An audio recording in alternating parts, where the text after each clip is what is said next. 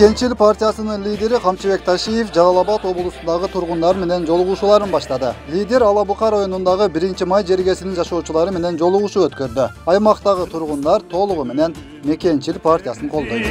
Кызмат кылгын жөн жүргөн асыл жерди, жанар тоодой тең атылып күкүрөктөр, жалпы журттун бирге буюп акыл кенчи, манас суккан жүрөктөр бирге согуп, Мекенчил эл болууга мезгил келди.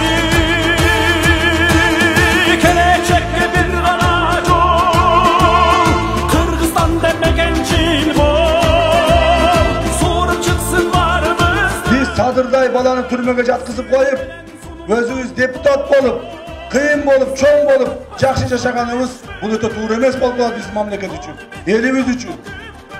Ошол досубуз акыйкаттуулук деп, акыйкаттуулардын алдында мен ак болушум керек. Бийликтүүлөрдүн алдында мен сынбаймын. Байлыктуулардын алдында, байлардын алдында мен чөкөлөбөймүн. Эли журтум, карапайым эли журтум Кудай буйрса, акыйкаттуулук менен, мыйзам менен мени чыгарып алат деп силерден үмүт кылып күтүп отурат балдар. Үмүт кылып күтүп отурат. Кудай кааласа биз Алла Таалам колдоп, эли журтубуз добушун берсе, Алла Таалам буйрса, биз сөзсүз парламентке барабыз.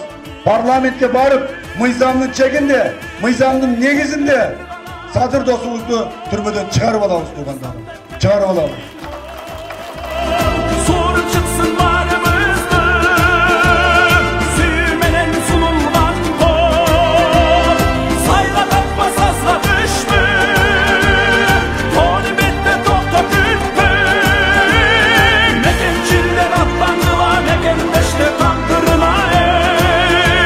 Камчыбек Ташиевдин эл менен жолугушуулары Жалал-Абад облусунда уланууда.